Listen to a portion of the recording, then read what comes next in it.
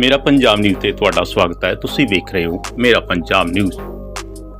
ਪ੍ਰਸਿੱਧ ਗਾਇਕ ਅਤੇ ਅਦਾਕਾਰ ਪੰਮੀ ਬਾਈ ਅੱਜ ਹਲਕਾ ਦੜਵਾ ਦੇ ਸਹਾਇਤਾ NGO ਵੱਲੋਂ ਚਲਾਏ ਜਾ ਰਹੇ ਕੰਪਿਊਟਰ ਸੈਂਟਰ ਦੇ ਵਿੱਚ ਪਹੁੰਚੇ, ਜਿੱਥੇ ਕਿ ਗਰੀਬ ਅਤੇ ਲੋੜਵੰਦ ਵਿਦਿਆਰਥੀਆਂ ਨੂੰ ਕੰਪਿਊਟਰ ਸਿਖਾਇਆ ਜਾਂਦਾ ਹੈ। ਟਾਈਪਿੰਗ ਦੇ ਨਾਲ ਹੋਰ ਕੰਪਿਊਟਰ ਦੀਆਂ ਬਰੀਕੀਆਂ ਬਾਰੇ ਵੀ ਦੱਸਿਆ ਜਾਂਦਾ ਹੈ। ਤੁਹਾਨੂੰ ਦੱਸ ਦਈਏ ਕਿ ਇਹ ਕੰਪਿਊਟਰ ਸੈਂਟਰ ਸਹਾਇਤਾ NGO ਵੱਲੋਂ ਚਲਾਇਆ ਜਾ ਰਿਹਾ ਹੈ, जिस दे संचालक हैं रंजीत। आओ वेखिए इस गलबात के मुख अंश। मेरे आने का इस दड़वा मंडी के जो अज का सबब बनया है वो है कि साढ़े जागता पंजाब मिशन के सहायता NGO वालों सरदार शीतल सिंह होनी लंबे समय तो साढ़े नाल काम करते आ रहे हैं।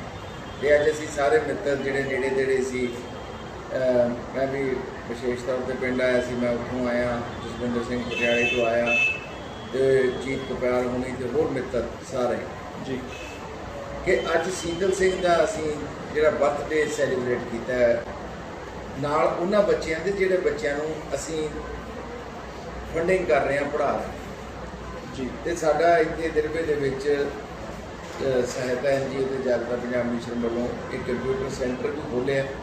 तो मैं अमेरिका गया हुआ सी, पिछे नहीं आ सकिया, तो वो भी मैंने जरूरी सी कि मैं जाके देखा कि साडे इस इलाके दे विच किस तरह का काम चल रहा जी। तो बाकी असी उन्हां लोकां लई काम करते हैं जिन्हां दे फादर किसी वजह करके भी सुसाइड करते हैं, तो पिछे टब्बर रोन की गल नगार ते आ खड़ी होंदी है, चाहे वो किसान है, चाहे वो दलित है, चाहे वो खेत मजदूर है। साडा किसी कास्ट क्रीड नाल कोई लागा देगा नहीं। असी इंसानियत के तौर के उत्ते उन्हां दे बच्चों नूं पढ़ाई मुहैया करते हैं। ਤੁਹਾਨੂੰ नहीं लगता सर कि ਜਿਹੜਾ ਕੰਮ है मौजूदा सरकारां ਦਾ ਉਹਨਾਂ ਦੀ ਰਿਸਪੌਂਸਿਬਿਲਟੀ ਬਣਦੀ ਹੈ, ਜਿੱਥੇ ਟੈਕਸ ਪੇਅਰ ਰਹਿੰਦੇ ਨੇ ਤੇ ਉੱਥੇ ਤੁਸੀਂ ਕਿਉਂ ਸੋਚਦੇ ਹੋ ਕਿ ਤੁਹਾਨੂੰ ਇਹ ਕੰਮ ਕਰਨਾ ਜ਼ਰੂਰੀ ਹੈ? देखो सरकारां कर नहीं रही, असी सरकारां नूं जगाउण लई ਉਹ कर रहे हैं। इसे करके साडे मिशन का नाम भी जागता पंजाब मिशन है। ओके जी, कि असी चाहुंदे हैगे कि घट्टो घट्ट सरकारां मम हो के न रहण। असी तो 1700 बच्चा पढ़ा रहे हैं प्रेजेंट पंजाब जी जी। वो कोई बड़ी बड़ी गिनती नहीं हैगी। अपने किन्ने सेंटर ने सर थ्रूआउट इंडिया ला लो? असी इस तरह के सेंटर नहीं साढ़े कोई बनाए हुए, असी बच्चों को स्पॉन्सर कर रहे हैं, उन्होंने स्कूलों दी डायरैक्ट फीसां पे करते हैं, ठीक है जी। सो कई बच्चे लॉ के स्टूडेंट्स भी ने, कई मैडिकल के भी ने, कई इंजीनियर के भी ने। तो असी मतलब कि जितने तक भी बच्चा पढ़ना चाहता है उन्होंने तक पढ़ाना। साडी ये ख्वाहिश होती है कि टब्बर दे विच एक बच्चा पढ़ के घट्टो घट्ट उस टब्बर को साम सके। मतलब तुसी ये फोर्स नहीं करते बच्चे नूं कि बच्चा अगर असी साडी NGO पढ़ा रही है वो सरकारी कॉलेज ही दाखला लेंदा है? ये तुहाडे वल्लों कोई रिस्ट्रिक्शन नहीं? कोई नहीं, सानू ये नहीं हुंदा। सानू ये कि उहदी जिहड़ी स्कूलिंग ग्रूमिंग हैगी है वो सरकारी स्कूल च होवे ताकि वो साडी माँ बोली नाल भी जुड़े रहे, ठीक है, विरसे नाल जुड़े रहे। तो अज सरकारी स्कूल दे विच जिहड़े टीचर ने टोटल क्वालीफाइड टीचर रखे जाते हैं। बिल्कुल। तो जिन्ने प्राइवेट स्कूल ने उत्थे कोई +2 है, कोई ग्रेजुएट वाला, कोई MA वाला, उत्थे ट्रेंड B.Ed टीचर रेयर ही होंगे। बिल्कुल सर। सो वो सिर्फ शो ऑफ करके साडे लोकां नूं ठगदे ने।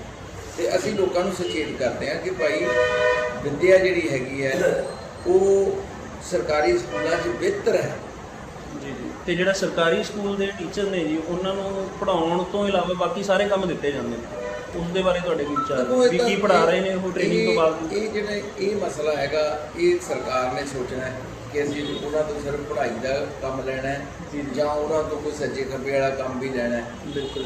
क्योंकि पिछे जे बड़ा माड़ा हाल रहा है, पर पिछले कुछ सालों के साडा स्टैंडर्ड जिहड़ा हैगा सरकारी स्कूलों का वो अपग्रेड होता जा रहा है जी। तो इस गल की खुशी भी है, मेरे पिंड 2 स्कूल ने, एक सरकारी है एक प्राइवेट है जी। तो दोनों +2 के हैं। तो सरकारी स्कूल बेहतर है, दूसरा स्कूल महज कलियाँ साड़ियाँ धियां लई है, लड़कियां लई है।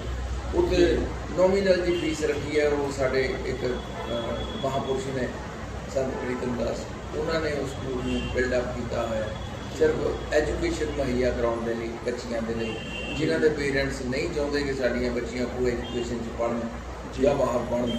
ਬਿਲਕੁਲ ਇਸ ਲਈ ਉਹ ਪਿੰਡ ਦੇ ਵਿੱਚ ਉਹਨਾਂ ਨੇ ਇੱਕ ਬਹੁਤ ਅੱਛਾ, ਪਹਿਲਾਂ ਉਹ ਇਕੱਲਾ ਸਕੂਲ ਸੀ, ਬਾਅਦ 'ਚ ਫਿਰ ਮੇਰੇ ਨਾਲ ਡਿਸਕਸ ਕਰਕੇ ਅਸੀਂ ਉਹਨੂੰ ਨਾਲ ਸੈਮਲਟੇਨੀਅਸਲੀ ਉਹਦੇ ਕਾਲਜ ਵੀ ਖੋਲ੍ਹ ਦਿੱਤਾ। ਉਹਦੀ ਐਫੀਲੀਏਸ਼ਨ ਪੰਜਾਬੀ ਯੂਨੀਵਰਸਿਟੀ ਪਟਿਆਲਾ ਤੋਂ ਮੈਂ ਕਰਾਤੀ ਸੀ ਜੀ ਮੈਂ ਸੀ ਉਹਦੇ ਪਿੱਛੇ 4 ਸਾਲ ਪਹਿਲਾਂ ਯੂਥ ਫੈਸਟੀਵਲ ਵੀ ਕਰਾਇਆ ਕਾਲਜ ਦੇ ਵਿੱਚ। ਜੀ ਤੇ ਆਪਣੇ ਪਿੰਡ ਦੇ ਵਿੱਚ ਹੁੰਦਾ ਹੀ ਹੈ ਸ਼ੌਕ ਹਰ ਬੰਦੇ ਨੂੰ। ਬਿਲਕੁਲ ਜੀ, ਸੋ ਮੈਨੂੰ ਖੁਸ਼ੀ ਹੈ ਕਿ ਵੀ ਮੇਰੇ ਪਿੰਡ ਦੇ ਵਿੱਚ 2 ਵੱਡੇ ਸਕੂਲ ਨੇ, ਕਾਲਜ ਹੈ। ਜੀ ਜੀ ਸੋ ਕਹਾਣੀ ਇਹ ਹੈਗੀ ਹੈ ਕਿ ਅਸੀਂ ਤੇ ਮਤਲਬ ਕਿ ਜਿਵੇਂ ਸ਼ੇਰ ਚੋਂ ਪੂਣੀ ਕੱਤਣਾ, ਜੀ ਜੀ ਅਸੀਂ ਸ਼ੀਸ਼ਾ ਦਿਖਾਉਣਾ ਚਾਹੁੰਦੇ ਹਾਂ ਸਰਕਾਰ ਨੂੰ। ਸਾਨੂੰ ਬੜੇ ਲੋਕਾਂ ਨੇ ਕਿਹਾ ਜਦੋਂ ਅਸੀਂ ਕੰਮ ਕਰਦੇ ਸੀ, ਇਲੈਕਸ਼ਨ ਦਾ ਦੌਰ ਸੀ, ਇਹ ਸਾਰਾ ਕੁਝ ਢਕਾਉਣ ਜਾਏ, ਇਹ ਖੜੇ ਹੋਣਾ ਇਹਨਾਂ ਨੇ ਇਲੈਕਸ਼ਨਾਂ 'ਚ ਬਿਲਕੁਲ, ਬਿਲਕੁਲ। ਮਤਲਬ ਕਿ ਟਿਕਟਾਂ ਲੈਣੀਆਂ ਨੇ। ਬਿਲਕੁਲ ਤੇ ਮੈਨੂੰ ਤਾਂ 5 ਪਾਰਟੀਆਂ ਨੇ ਟਿਕਟਾਂ ਦੀ ਆਫਰ ਕੀਤੀ ਸੀ, 5 ਪਾਰਟੀਆਂ ਨੇ, ਜੀ ਜੀ ਤੇ ਮੈਂ ਤਾਂ ਕਿਸੇ ਤੋਂ ਟਿਕਟ ਨਹੀਂ ਲੈਤੀ। ਨਾ ਤਾਂ ਮੈਂ ਕਦੇ ਸੋਚਿਆ ਕਿ ਮੈਂ ਇਲੈਕਸ਼ਨ ਲੜਨੀ ਹੈ, ਨਾ ਕਦੇ ਸੋਚਿਆ ਮੈਂ ਐਮਐਲਏ ਬਣਨਾ ਹੈ। ਜੀ ਜੀ ਐਮਐਲਏ ਨੂੰ ਤਾਂ ਵੇਰ ਹੀ ਨਹੀਂ ਹੁੰਦੀ ਆਪਣੇ ਇਲਾਕੇ ਦੇ ਲੋਕਾਂ ਨੂੰ ਮਿਲਣ ਦੀ। ਬਿਲਕੁਲ ਜੀ, ਬਿਲਕੁਲ। ਤੋਂ ਇਸ ਕਰਕੇ ਇਹੋ ਜਿਹਾ ਭਰਮ ਪਾਲੇ ਨਹੀਂ ਹੈਗਾ। ਜੀ ਜੀ ਪੰਮੀ ਬਾਈ ਨੂੰ ਤਾਂ ਬੜਾ ਮਾਣ ਬਖਸ਼ਿਆ ਪੰਜਾਬੀਆਂ ਨੇ। ਬਿਲਕੁਲ ਪੂਰੀ ਸਾਡਾ ਦੁਨੀਆ ਮਾਣ ਹੋ, 'ਚ- ਤੁਸੀਂ ਇੰਟਰਨੈਸ਼ਨਲ ਕਲਾਕਾਰ ਹੋ। ਜੀ ਜੀ ਪੂਰੀ ਦੁਨੀਆ 'ਚ ਵੱਸਦੇ ਪੰਜਾਬੀਆਂ ਨੇ ਬਖਸ਼ਿਆ ਹੈ। ਕਦੇ ਸਾਡੇ ਭਾਰਤ ਦੇ ਪੰਜਾਬੀਆਂ ਨੇ ਨਹੀਂ, ਬਲਕਿ ਪਾਕਿਸਤਾਨ ਦੇ ਪੰਜਾਬੀਆਂ ਨੇ ਵੀ ਮਾਣ ਬਖਸ਼ਿਆ। ਬਿਲਕੁਲ ਜੀ ਸੋ ਇਸ ਕਰਕੇ ਮੈਂ ਇਹਨਾਂ ਚੀਜ਼ਾਂ ਤੋਂ ਬਹੁਤ ਦੂਰ ਹਾਂ। ਤੇ ਬਾਕੀ ਸਾਡੀ ਪੂਰੀ ਦੀ ਪੂਰੀ ਟੀਮ ਜੀ ਜੀ ਅਸੀਂ ਇਹਨਾਂ ਗੱਲਾਂ ਤੋਂ ਉੱਪਰ ਉੱਠੇ ਹੋਏ ਹਾਂ ਕਿ ਲੋਕਾਂ ਦੀ ਸੇਵਾ ਕਰੋ, ਲੋਕਾਂ 'ਚ ਜਾਓ। ਅਸੀਂ ਦਸਤੇ ਜਾ ਰਹੇ ਹਾਂ। ਅਸੀਂ ਤਾਂ ਇਹਨਾਂ ਬੱਚੀਆਂ ਨੂੰ, ਜਿਹੜੀਆਂ ਬੱਚੀਆਂ ਸੈਂਟਰ ਦੇ ਵਿੱਚ ਨੇ, ਪੜ੍ਹਦੀਆਂ ਨੇ, ਕੰਪਿਊਟਰ ਸਿੱਖਦੀਆਂ ਨੇ, ਉਹਨਾਂ ਨੂੰ ਪੜ੍ਹਾ ਰਹੇ ਹਾਂ। ਜੀ ਜੀ ਸੋ ਜਿੰਨਾ ਉਹ ਪੜ੍ਹਦੀਆਂ ਚਾਹੁੰਗੀਆਂ ਉਹਨਾਂ ਪੜ੍ਹਾਵਾਂਗੇ। ਜੀ ਜੀ ਤੇ ਤੁਸੀਂ ਇੱਕ ਐਨਜੀਓ ਦਾ ਨਾਮ ਲਿਆ, ਸਹਾਇਤਾ ਐਨਜੀਓ। ਇਹਦੀ ਸ਼ੁਰੂਆਤ ਕਦੋਂ ਹੋਈ ਸਰ? ਕਿਸ ਨੇ ਕੀਤੀ? ਉਹ 'ਚ ਤੁਹਾਡਾ ਕੀ ਰੋਲ ਹੈ? ਤੇ ਤੁਸੀਂ ਸਹਾਇਤਾ ਐਨਜੀਓ ਰਾਹੀਂ ਸ਼ੀਤਲ ਜੀ ਨਾਲ ਕਿਸ ਤਰ੍ਹਾਂ ਜੁੜੇ ਹੋਏ ਹੋ, ਤੇ ਨਿੱਜੀ ਤੌਰ ਤੇ ਤੁਸੀਂ ਇਹਨਾਂ ਨਾਲ ਕਿਸ ਤਰ੍ਹਾਂ ਜੁੜੇ ਹੋਏ ਹੋ? ਦੇਖੋ, ਨਿੱਜੀ ਤੌਰ ਤੇ ਤਾਂ ਮੇਰੀ ਮੁਹੱਬਤ ਬਹੁਤ ਪੁਰਾਣੀ ਹੈ ਸੀ। ਮੇਰੇ ਪਿੰਡਾਂ ਦਾ, ਗੰਡੂਆਂ ਪਿੰਡ ਤੋਂ ਆ ਕੇ ਨੇ ਇੱਥੇ ਵਾਸਾ ਕੀਤਾ, ਜਲਬੀ ਧਰਤੀ 'ਤੇ। ਪੱਤਰਕਾਰ ਬਣਾਉਣ 'ਚ ਵੀ ਮੇਰਾ ਛੋਟਾ ਜਿਹਾ ਯੋਗਦਾਨ ਹੈ। ਜੀ ਜੀ ਮੈਂ ਇਹਦੇ ਨਾਮ ਦੀ ਰਿਕਮੈਂਡੇਸ਼ਨ ਕੀਤੀ। ਜੀ। ਉਹ ਅੱਜ ਦੇ ਐਡੀਟਰ ਸਾਹਿਬ ਨਹੀਂ ਰਹੇ, ਪਰ ਉਹਨਾਂ ਨੂੰ ਬੇਨਤੀ ਕੀਤੀ ਕਿ ਮੁੰਡਾ ਬਹੁਤ ਐਨਰਜੈਟਿਕ ਹੈ, ਓਨੈਸਟ ਹੈ। ਉਹਨਾਂ ਨੇ ਮਿੰਟ ਦੋ 'ਚ ਪੰਜਾਬੀ ਦਾ ਪੱਤਰਕਾਰ ਬਣਾ ਦਿੱਤਾ। ਜੀ ਜੀ। ਫਿਰ ਹੁੰਦਾ ਹਰਵਾਰਵੀ ਸਾਹਿਬ ਨੂੰ ਕਿਹਾ। ਸੋ ਕਹਾਣੀ ਇਹ ਹੈਗੀ ਹੈ ਕਿ ਜਿੱਥੇ ਤੱਕ ਐਨਜੀਓ ਦਾ, ਇਸ ਦਾ ਸਹਾਇਤਾ ਐਨਜੀਓ ਦੀ ਗੱਲ ਕੀਤੀ ਹੈ, ਡਾਕਟਰ ਰਜਿੰਦਰ ਰਾਜੀ ਨੇ, ਜੀ ਉਹ ਆਈ ਸਰਜਨਸ ਨੇ, ਤੇ ਡਾਕਟਰ ਜੀ। ਕਰਮਜੀਤ ਸਿੰਘ ਸਰਾਓ ਰਿਟਾਇਰ ਆਈਐਸ ਨੇ, ਪਰ ਉਹ ਬੇਸਿਕਲੀ ਡਾਕਟਰ ਨੇ, ਜੀ ਜੀ ਉਹ ਵੀ ਐਮਡੀ ਡਾਕਟਰ। ਓਕੇ ਜੀ ਇਹਨਾਂ ਦੇ ਕੁਝ ਮਿੱਤਰ ਅਮਰੀਕਾ ਕੈਨੇਡਾ ਦੇ ਵਿੱਚ ਡਾਕਟਰ ਸੀ। ਉਹਨਾਂ ਨੇ ਇਹਨਾਂ ਨੂੰ ਕਿਹਾ ਕਿ ਯਾਰ ਅਸੀਂ ਕੁਛ ਨਾ ਕੁਛ ਲੋਕਾਂ ਦੀ ਉੱਥੇ ਹੈਲਪ ਕਰਨਾ ਚਾਹੁੰਦੇ ਹਾਂ। ਜੀ ਜੀ ਤੇ ਉਸ ਹੈਲਪ ਦੇ ਵਿੱਚ ਇਹਨਾਂ ਨੇ 2016 ਦੇ ਵਿੱਚ ਇਹ ਕੰਮ ਸ਼ੁਰੂ ਕੀਤਾ। ਜੀ ਤੇ ਡਾਕਟਰ ਕਰਮਜੀਤ ਸਿੰਘ ਸਰਾਓ ਨਾਲ ਮੇਰੇ ਫੈਮਿਲੀ ਰਿਲੇਸ਼ਨ ਨੇ ਬਹੁਤ ਅੱਛੇ। ਜੀ ਤੇ ਉਹਨਾਂ ਨੇ ਵਿੱਚ ਮੈਨੂੰ ਕਿਹਾ ਯਾਰ ਅਸੀਂ ਇਸ ਤਰ੍ਹਾਂ ਕਰਕੇ ਆਹ ਕੰਮ ਕਰ ਰਹੇ ਹਾਂ, ਜੀ ਤੇ ਤੂੰ ਸਾਡੀ ਮਦਦ ਕਰ। ਜੀ ਤੇ ਮੈਂ ਸੋਚਿਆ ਵੀ ਯਾਰ ਕੰਮ ਭਲੇ ਦਾ, ਜੀ ਤੇ ਭਲੇ ਦੇ ਕੰਮ ਦੇ ਵਿੱਚ ਮਦਦ ਕਰਨਾ ਕੋਈ ਗੁਨਾਹ ਨਹੀਂ ਬਿਲਕੁਲ ਹੈ ਜੀ। ਸੋ ਮੈਂ ਉਹਦੇ ਵਿੱਚ ਸੀਤਲ ਜੀ ਨੂੰ ਕਿਹਾ ਕਿ ਤੁਸੀਂ ਦਿਲਬਾਗ ਏਰੀਆ ਸਾਹਮਣੇ ਜੀ ਤੇ ਸਨਾਮ 'ਚ ਵੀ ਉੱਥੇ ਮੁੰਡੇ ਜਸਵਿੰਦਰ ਹੋਣੀ, ਮਨਪ੍ਰੀਤ ਹੋਣੀ, ਗੋਪਾਲ ਹੋਣੀ, ਭੁਪਿੰਦਰ ਹੋਣੀ, ਸਾਰੇ ਇਹਨਾਂ ਨੂੰ ਕਿਹਾ ਕਿ ਤੁਸੀਂ ਇਹ ਏਰੀਆ ਜੀ, ਸਾਹਮਣੇ। ਜੀ। ਇਸ ਤਰ੍ਹਾਂ ਕਰਦੇ ਕਰਦੇ ਸੀ 30-32 ਸੈਗਮੈਂਟਸ ਦੇ ਵਿੱਚ ਮਾਲਵੇ ਦੇ ਵਿੱਚ ਜੀ ਜੀ ਇਹ ਕੰਮ ਰੰਭਿਆ। ਕਾਫੀ ਸਾਨੂੰ ਲੋਕਾਂ ਵੱਲੋਂ ਰਿਸਪੌਂਸ ਵੀ ਮਿਲੇ ਆ, ਜੀ ਜੀ ਕਿਉਂਕਿ ਦੇਖੋ ਅਸੀਂ ਆਪਦੀਆਂ ਗੱਡੀਆਂ 'ਚ ਤੇਲ ਵੀ ਆਪਦਾ ਫੂਕਦੇ ਹਾਂ। ਜੀ ਅਸੀਂ ਕਿਸੇ ਤੋਂ ਚਾਹ ਦਾ ਕੱਪ ਵੀ ਨਹੀਂ ਪੀਂਦੇ, ਪ੍ਰਸ਼ਾਦੇ ਵੀ ਤੜਕੇ ਜਦੋਂ ਤੁਰਦੇ ਆ ਬਣਾ ਕੇ ਆਪਣੀ ਗੱਡੀ 'ਚ ਧਰ ਲਈਦੇ ਨੇ, ਤਾਂ ਕਿ ਕਿਸੇ ਤੋਂ ਕੁਝ ਮੰਗਣਾ ਨਾ ਪਵੇ। ਤੇ ਇਹਨਾਂ ਲੋਕਾਂ ਦੇ ਨਾਲ, ਜਿਨ੍ਹਾਂ ਲੋਕਾਂ ਨੇ ਸੁਸਾਈਡ ਕੀਤਾ ਹੈ, ਉਹਨਾਂ ਦੇ ਪਰਿਵਾਰਾਂ ਨਾਲ ਬਹਿ ਕੇ ਅਸੀਂ ਉਹਨਾਂ ਦੇ ਮੰਜਿਆਂ ਤੇ ਉਹਨਾਂ ਮੰਗੂ ਤੇ ਉਹਨਾਂ ਦੇ ਦੁੱਖ ਸੁੱਖ ਦੇ ਬਾਰੇ 'ਚ ਪੁੱਛਦੇ ਹਾਂ। ਜੀ ਫੋਨ ਕਰਦੇ ਆ ਬੱਚੇ ਜਿੱਥੇ ਸਾਨੂੰ ਕੋਈ ਪਤਾ ਲੱਗ ਜਾਂਦਾ ਹੈ। ਪੰਜਾਬ ਦੇ ਵਿੱਚ ਅਸੀਂ ਆਪਦਾ ਦਫ਼ਤਰ ਵੀ ਬਣਾਇਆ ਹੋਇਆ ਮੋਹਾਲੀ, ਜਿਹੜਾ ਸਾਡਾ ਮੇਨ ਆਫਿਸ ਹੈਗਾ ਜਾਗਦੇ ਪੰਜਾਬ ਦਾ। ਜੀ। ਸੋ ਉੱਥੇ ਕਿਉਂਕਿ ਸਹਾਇਤਾ ਐਨਜੀਓ ਦੇ ਜਾਗਦਾ ਪੰਜਾਬ ਇਕੱਠੀਆਂ ਸੰਸਥਾਵਾਂ ਨੇ। ਅਮਰੀਕਾ ਵਾਲਿਆਂ ਨੇ ਸਹਾਇਤਾ ਨਾਮ ਰੱਖਿਆ ਹੋਇਆ ਠੀਕ ਹੈ ਜੀ ਤੇ ਅਸੀਂ ਇਹਦਾ ਜਾਗਦਾ ਪੰਜਾਬ ਰੱਖਿਆ ਹੋਇਆ। ਓਕੇ ਜੀ ਤੇ ਉਹਦੇ 'ਚ ਮਤਲਬ ਕਿ ਇਸ ਤਰ੍ਹਾਂ ਦੇ ਜਿਹੜੇ ਕੰਮ ਨੇ, ਛੋਟੇ ਛੋਟੇ ਕੰਮ ਨੇ, ਉਹ ਕਰਦੇ ਰਹਿੰਦੇ ਆ। ਡਾਕਟਰ ਰਾਜੀ ਹੋਣੀ ਫ੍ਰੀ ਆਈਜ਼ ਕੈਂਪ ਲਾਉਂਦੇ ਨੇ, ਫ੍ਰੀ ਐਜੂਕੇਸ਼ਨ ਕਰਦੇ ਨੇ, ਜੀ। ਹੋਰ ਇਸ ਤਰ੍ਹਾਂ ਦੇ ਛੋਟੇ ਮੋਟੇ ਕੰਮ ਜਿਹੜੇ ਹੈਗੇ ਨੇ ਉਹ ਕਰਦੇ ਨੇ। ਮਤਲਬ ਕਲਾਕਾਰੀ ਤੋਂ ਹਟ ਕੇ ਜੋ ਪੰਮੀ ਬਾਈ ਨੂੰ ਇਨਸਾਨੀਅਤ ਦੇ ਤੌਰ ਤੇ ਅੰਦਰੋਂ ਆਵਾਜ਼ ਪੈਂਦੀ ਹੈ, ਉਹ ਕੰਮ ਕਰਕੇ ਤੁਹਾਨੂੰ ਖੁਸ਼ੀ ਮਿਲਦੀ ਹੈ। ਤੇ ਇੱਕ ਕਲਾਕਾਰ ਦੇ ਤੌਰ ਤੇ ਮੈਂ ਤੁਹਾਡੇ ਤੋਂ ਪੁੱਛਣਾ ਚਾਹੂੰਗਾ ਵੀ ਜੋ ਅਜੋਕੀ ਗਾਇਕੀ ਹੈ ਅੱਜ ਕੱਲ੍ਹ ਦੀ, ਉਹ 'ਚ ਜੋ ਲੱਚਰਤਾ ਵੱਧ ਰਹੀ ਹੈ ਜਾਂ ਮਤਲਬ ਗੈਂਗਸਟਰਾਂ ਦੀਆਂ ਗੱਲਾਂ ਹੁੰਦੀਆਂ ਨੇ, ਨਸ਼ੇ ਨੂੰ ਪ੍ਰਮੋਟ ਕੀਤਾ ਜਾ ਰਿਹਾ ਹੈ, ਉਹਦੇ ਬਾਰੇ ਤੁਸੀਂ ਕਿਉਂ ਨਹੀਂ ਸੋਚਿਆ ਕਿ ਮੈਂ ਵੀ ਇੱਦਾਂ ਦੇ ਗਾਣੇ ਗਾ ਕੇ ਹਿੱਟ ਹੋ ਜਾਵਾਂ, ਜਾਂ ਜਿਹੜੇ ਹੋ ਰਹੇ ਨੇ ਉਹਨਾਂ ਬਾਰੇ ਤੁਸੀਂ ਕੀ ਕਹਿਣਾ ਚਾਹੋਗੇ? ਤੇ ਨਾਲ ਉਮੀਦ ਕਰਦੇ ਹਾਂ ਕਿ ਇਸ ਜਵਾਬ ਨਾਲ ਕੋਈ ਵਿਵਾਦ ਨਹੀਂ ਖੜਾ ਹੋਊਗਾ। ਦੇਖੋ, ਦੋ ਗੱਲਾਂ ਬੜੀਆਂ ਸਿੱਧੀਆਂ ਹੁੰਦੀਆਂ ਨੇ ਕਿ ਬੰਦੇ ਨੇ ਆਪਣੀ ਜ਼ਿੰਦਗੀ ਦੇ ਵਿੱਚ ਹਰ ਬੰਦਾ ਇੱਕ ਕਮਿਟਮੈਂਟ ਨਾਲ ਕਰਦਾ ਜੀ। ਮੇਰੀ ਕਮਿਟਮੈਂਟ ਮਹਿਜ਼ ਆਪਣੇ ਪੰਜਾਬੀ ਮਾਂ ਬੋਲੀ, ਜੀ ਆਪਣੇ ਪੰਜਾਬੀ ਸੱਭਿਆਚਾਰ ਦੇ ਪ੍ਰਚਾਰ ਪ੍ਰਸਾਰ ਲਈ ਆਪਣੀ ਜ਼ਿੰਦਗੀ ਡੈਡੀਕੇਟ ਕਰਨਾ ਸੀ।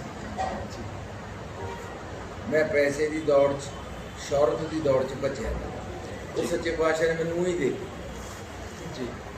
ਤੇ ਕਈ ਲੋਕਾਂ ਦੀ ਸਿਰਫ ਮਹਿਜ਼ ਇੱਕ ਨਕਾਤੀ ਪ੍ਰੋਗਰਾਮ ਹੁੰਦਾ ਹੈ ਕਿ ਅਸੀਂ ਕੀ ਲੈਣਾ ਹੈ ਇਹਨਾਂ ਚੀਜ਼ਾਂ ਤੋਂ, ਸਾਨੂੰ ਤਾਂ ਪੈਸੇ ਚਾਹੀਦੇ।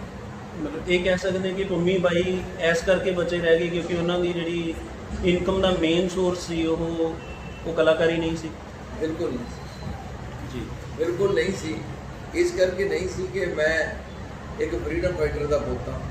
ਜੀ ਮੇਰੇ ਬਾਪੂ ਜੀ ਪੋਲੀਟੀਸ਼ੀਅਨ ਵੀ ਰਹੇ ਨੇ, ਜੇ ਮੈਂ ਪੋਲੀਟਿਕਸ ਦੇ ਵਿੱਚ ਵੀ ਜਾ ਸਕਦਾ ਸੀ, ਜੀ ਜੀ ਪਰ ਮੈਨੂੰ ਉੱਥੋਂ ਵੀ ਮੈਂ ਬਚ ਗਿਆ। ਜੀ ਤੇ ਮੈਂ ਭਾਰਤ ਸਰਕਾਰ ਦੇ ਵਿੱਚ ਬਤੌਰ ਪ੍ਰੋਗਰਾਮ ਡਾਇਰੈਕਟਰ ਜੀ ਕੰਮ ਕੀਤਾ, ਮਿਨਿਸਟਰੀ ਆਫ ਕਲਚਰ 'ਚ। ਜੀ ਜੀ ਤੇ ਉਹ ਤੋਂ ਮਗਰੋਂ ਮੈਂ ਆਪਣੀ ਫ੍ਰੀਲਾਂਸਿੰਗ ਕੀਤੀ। ਜੀ ਜੀ ਫ੍ਰੀਲਾਂਸਿੰਗ ਦੇ ਜ਼ਰੀਏ ਮੈਂ ਪੂਰੀ ਦੁਨੀਆ ਘੁੰਮਿਆ।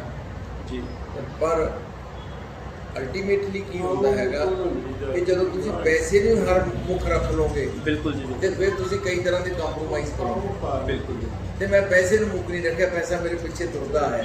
ਜੀ ਪੈਸਾ ਸਭ ਨੂੰ ਚੰਗਾ ਲੱਗਦਾ, ਤੁਹਾਨੂੰ ਵੀ ਬਿਲਕੁਲ ਚੰਗਾ ਜੀ। ਲੱਗਦਾ, ਮੈਨੂੰ ਵੀ ਚੰਗਾ ਲੱਗਦਾ, ਬਿਲਕੁਲ ਜੀ, ਬਿਲਕੁਲ। ਪਰ ਇਹ ਨਹੀਂ ਕਿ ਪੰਮੀ ਬਾਈ ਆਪਣੀ ਜ਼ਮੀਰ ਵੇਚ ਕੇ ਪੈਸਾ ਕਮਾਉਂਦਾ। ਜੀ ਮੈਂ ਆਪਣੀ ਜ਼ਮੀਰ ਨੂੰ ਨਹੀਂ ਵੇਚਿਆ, ਮੈਂ ਆਪਣੇ ਲੋਕਾਂ 'ਚ ਰਹਿਣਾ, ਲੋਕਾਂ ਵਰਗਾ ਬਣ ਕੇ ਰਹਿਣਾ ਜੀ ਜੀ ਤੇ ਲੋਕਾਂ ਲਈ ਕੰਮ ਕਰਦਾ। ਇੱਕ ਸੱਚੇ ਕਲਾਕਾਰ ਦਾ ਫਰਜ਼ ਵੀ ਇਹੀ ਹੈ ਕਿ ਉਹ ਆਪਣੇ ਲੋਕਾਂ ਦੀ ਆਵਾਜ਼ ਬੁਲੰਦ ਕਰੇ। ਕਿਸਾਨੀ ਕੋਲ 'ਚ ਵੀ ਮੈਂ ਲੋਕਾਂ ਨਾਲ ਖੜਿਆ, ਜੀ ਜੀ ਮੈਂ ਵੀ ਕਿਸਾਨ ਦਾ ਪੁੱਤ ਹਾਂ। ਬਿਲਕੁਲ ਜੀ। ਤੇ ਜਦੋਂ ਕਦੇ ਵੀ ਕੋਈ ਇਹੋ ਜਿਹੀ ਗੱਲ ਆਉਂਦੀ ਹੈ ਤੇ ਉਹ ਕੰਮ ਅਸੀਂ ਕਰਦੇ ਹਾਂ। ਤੇ ਮੈਂ ਤਾਂ ਜਦੋਂ ਸਰਦਾਰ ਭਗਵੰਤ ਸਿੰਘ ਮਾਨ ਜੋ ਸਾਡੇ ਮੌਜੂਦਾ ਮੁੱਖ ਮੰਤਰੀ ਨੇ, ਜੀ ਜੀ ਇਹ ਜਦੋਂ ਇਹਨਾਂ ਬਾਰੇ 'ਚ ਹਾਲੇ ਉਹਨਾਂ ਦੀ ਪਾਰਟੀ ਨੇ, ਕੇਜਰੀਵਾਲ ਸਾਹਿਬ ਨੇ ਕਿਹਾ ਵੀ ਨਹੀਂ ਸੀ, ਮੈਂ ਉਦੋਂ ਵੀ ਵੀਡੀਓ ਦੇ ਵਿੱਚ ਇੱਕ ਗੱਲ ਕਹੀ ਸੀ ਕਿ ਵੀ ਕਿਉਂ ਨਹੀਂ ਉਹਨੂੰ ਅਨਾਉਂਸ ਕੀਤਾ ਜਾਂਦਾ ਮੁੱਖ ਮੰਤਰੀ ਨੇ। ਜੀ ਜੀ ਕਰਨਾ ਚਾਹੀਦਾ, ਸਾਡਾ ਆਪਦਾ ਮੁੰਡਾ ਹੈ, ਸਾਡੇ ਆਪਦੇ ਇਲਾਕੇ ਦਾ, ਬਿਲਕੁਲ ਜੀ। ਮੇਰਾ ਤੇ ਭਤੀਜ ਹੈ। ਜੀ ਜਦੋਂ ਦੇ ਬਾਪੂ ਜੀ ਸਵਰਗੀ ਮਹਿੰਦਰ ਸਿੰਘ ਮਾਸਟਰ ਜੀ ਮੇਰੇ ਪਿੰਡ ਹੀ ਟੀਚਰ ਲੱਗੇ ਰਹੇ ਨੇ, ਮੇਰੇ ਨਾਲ ਚੰਗੀ ਦੋਸਤੀ ਸੀ। ਜੀ ਜੀ ਸੋ ਕਹਾਣੀ ਇਹ ਹੈਗੀ ਆ ਕਿ ਜੇ ਪੰਮੀ ਬਾਈ ਦੇ ਵਿੱਚ ਇਸ ਕਿਸਮ ਦੀ ਕੋਈ ਲਸਟ ਹੁੰਦੀ ਜੀ ਜਾਂ ਮੇਰੇ ਦਿਮਾਗ ਦੇ ਵਿੱਚ ਕੋਈ ਲੀਡਰੀ ਹੁੰਦੀ ਜੀ ਤਾਂ ਮੈਂ ਵੀ ਉਹ ਜਿਹੇ ਰਾਹ ਪੈ ਜਾਂਦਾ, ਪਰ ਮੈਂ ਪਿਆ ਨਹੀਂ। ਤੇ ਮੈਨੂੰ ਮੇਰੇ ਬਾਪੂ ਜੀ ਨੇ ਉਸ ਪਾਸੇ ਤੋਂ ਬਚਾ ਲਿਆ। ਜੀ ਜੀ ਉਹ ਕਹਾਵਤ ਹੈਗੀ ਹੈ, ਭਲਾ ਹੋਇਆ ਮੇਰੇ ਚਰਖਾ ਛੋਟਾ ਟੁੱਟਾ ਜਿੰਦਰ ਮਾਂ ਛੁੱਟੀ। ਜੀ ਜੀ ਤੇ ਮੈਂ ਉਸ ਕੰਮ ਤੋਂ ਨਿਕਲ ਕੇ ਮੈਂ ਆਪਣੀ ਪੂਰੀ ਲਾਈਫ ਜਿਹੜੀ ਹੈਗੀ ਆ ਉਹ ਇੱਕ ਬਤੌਰ ਲੋਕ ਗਾਇਕ ਦੇ ਤੌਰ ਤੇ ਜੀ ਕਰਨਾ ਚਾਹੁੰਦਾ ਤੇ ਚੱਲ ਰਹੇ ਹਾਂ, ਬੜਾ ਆਨੰਦ ਲੈ ਰਹੇ ਹਾਂ। ਤੇ ਤੁਸੀਂ ਕੀ ਕਹੀਏ ਵੀ ਤੁਸੀਂ ਜਿਹੜੀ ਮੰਜ਼ਿਲ ਸੋਚੀ ਸੀ ਜ਼ਿੰਦਗੀ 'ਚ ਉਹ ਪਾ ਚੁੱਕੇ ਹੋ ਜਾਂ ਅਜੇ ਜਾਰੀ ਹੈ ਸਫ਼ਰ? ਦੇਖੋ, ਸਫ਼ਰ ਕਦੇ ਵੀ ਨਹੀਂ ਮੁੱਕਦਾ। ਜੀ ਜਦੋਂ ਕਿਤੇ ਪਾਣੀ ਖੜ ਜਾਂਦਾ ਉਹ 'ਚ ਮੁਸ਼ਕ ਮਾਰਨ ਲੱਗ ਜਾਂਦੀ। ਜੀ ਜੀ ਦਰਿਆ ਵਗਦੇ ਹੀ ਚੰਗੇ ਲੱਗਦੇ ਨੇ ਮਿੱਤਰਾ। ਜੀ ਜੀ ਤੇ ਮੈਂ ਤਾਂ ਹਾਲੇ ਕੁਛ ਵੀ ਨਹੀਂ ਕੀਤਾ ਜੀ ਤੇ ਮੈਂ ਤਾਂ ਉਸ ਰਾਹ ਦੇ ਉੱਤੇ ਤੁਰਿਆ ਜ਼ਰੂਰ ਹਾਂ, ਜੀ ਜੀ ਪਰ ਹਾਲੇ ਮੰਜ਼ਿਲ ਬਹੁਤ ਦੂਰ ਹੈ। ਜੀ ਠੀਕ ਹੈ ਜੀ। ਇਜਾਜ਼ਤ ਚਾਹਾਂਗੇ ਤੁਹਾਡੇ ਕੋਲ। ਧੰਨਵਾਦ। ਸਤਿ ਸ਼੍ਰੀ ਅਕਾਲ।